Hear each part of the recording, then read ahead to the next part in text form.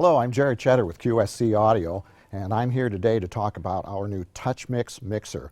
What I've got in front of me here is the 16-channel version. There's also an 8-channel version, and what we have done is packed all of the capability that you'd usually find on a high-end concert sound reinforcement console into a small, compact mixer that is not only powerful but also easy to use, because we've built in a number of features that we refer to as point and shoot mixing that let the novice user get everything out of it that this mixer is capable of doing.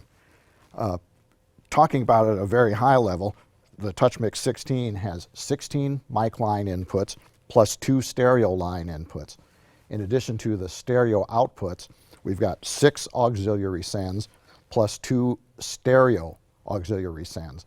Now there's a trick to the stereo auxiliary sends, because in addition to being able to drive stereo amplifiers or powered loudspeakers, we can also directly drive wired in-ear monitors from the mixer. So the guys like keyboard players and drummers who sit still on stage can take advantage of in-ear monitors. So let's dive in and take a look at some of the features of the TouchMix16. Let's start this quick tour by going to the home screen. We can always get home by touching the home button. What we're seeing across the top is what we call the navigation strip, and this shows the level of all of the faders on the mixer and also allows us to navigate between groups of faders. Now we can control the mixer by touching any of the controls on screen and dragging it on screen, or by using the rotary encoder over here. Most people, once they've spent a little time with the mixer, tend to gravitate toward selecting on screen and using the rotary encoder. It's a great workflow. In order to get into the channel and start doing some work with it, we simply touch the name of the channel, and here we'll see the equalizer. Now this is a 4-band, fully parametric EQ with low cut and high cut filters. But earlier I mentioned that we've tried to make this mixer simple to use, and that's where the simple button comes in. This reduces the controls that are presented to the user to simply the gain controls for the EQ. Now this can be set on a channel by channel, function by function basis, or globally for the entire mixer. Let's move on through the processing chain. We've got a full function compressor on board, which once again can be used in simple mode. We also have a gate, which in turn has its own simple mode, and our effect sends.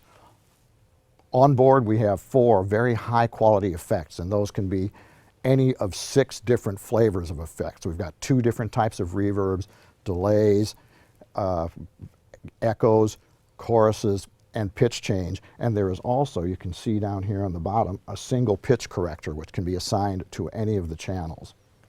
I mentioned auxiliaries earlier on. Here is one of 3 different ways of mixing our auxiliaries, and we can see the 6 mono sends and the 2 stereo auxiliary sends.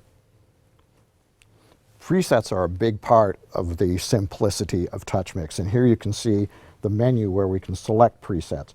All we have to do is select the type of instrument we have and then choose, in this case, what type of pickup was being used, and a preset will be recalled that was specifically tailored to make that type of instrument sound good in a live environment with actual monitors open.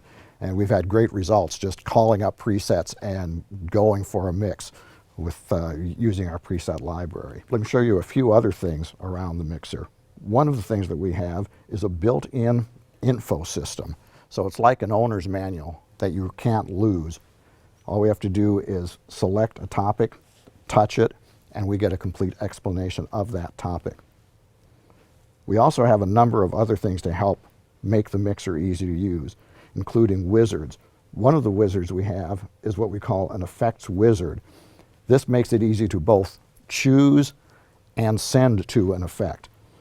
Using a window similar to what we use for the channel presets, we can find the right effect for the type of instrument we're trying to work with, and then assign a channel to that effect simply by touching these buttons. If we want to run the effect into monitors, we can do that very easily down here. So even guys who know their way around a console and know how to route effects are going to find that this is maybe a more useful way of doing it because it's just such a fast workflow. And of course, we can always touch the home button to get back to the home screen. Finally, one of the things I'd like to talk about is the fact that the TouchMix is capable of doing live to multi-track recording directly to a USB hard drive. And here's the screen that would control it. I can record all of my inputs plus one pair of stereo buses directly to a hard drive, and I can also play them back through the TouchMix. Now, these tracks, in addition, could be imported into your choice of DAW to do whatever kind of overdubs and post-production you want to do.